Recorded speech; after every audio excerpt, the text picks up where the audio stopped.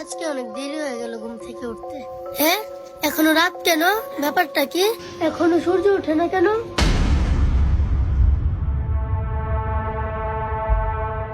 বাবা বাবা, কে কে কে কি হয়েছে মা? ও সকাল 10টা বেজে গেছে, এখনো সূর্য ওঠেনি। হ্যাঁ, কি কস? লো তো দেখি। বাবা দেখো। হ্যাঁ, সত্যি তো। দাঁড়া, এখনই কোরআন শরীফটা খুলে বসতে হবে।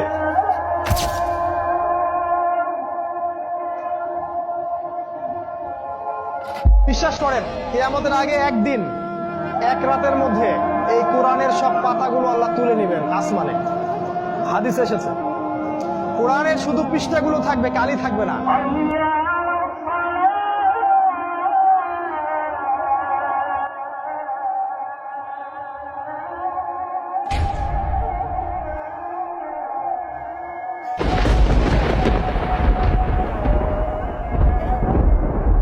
কিরেছে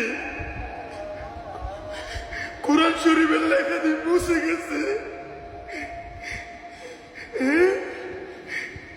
তাহলে কি কিয়ামতের আলামত শুরু হয়ে গেছে?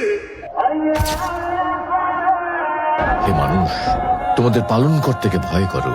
নিশ্চয়ই কিয়ামতের প্রকম্পন এক ভয়ঙ্কর ব্যাপার। আজই হলো পৃথিবীর শেষ দিন। পাপাচারী মানুষেরা হতাশ হয়ে যাবে, কাণ্ডজ্ঞান হারিয়ে দিক বিদিক ছুটতে থাকবে এবং একসময় অজ্ঞান হয়ে মৃত্যুবরণ করবে।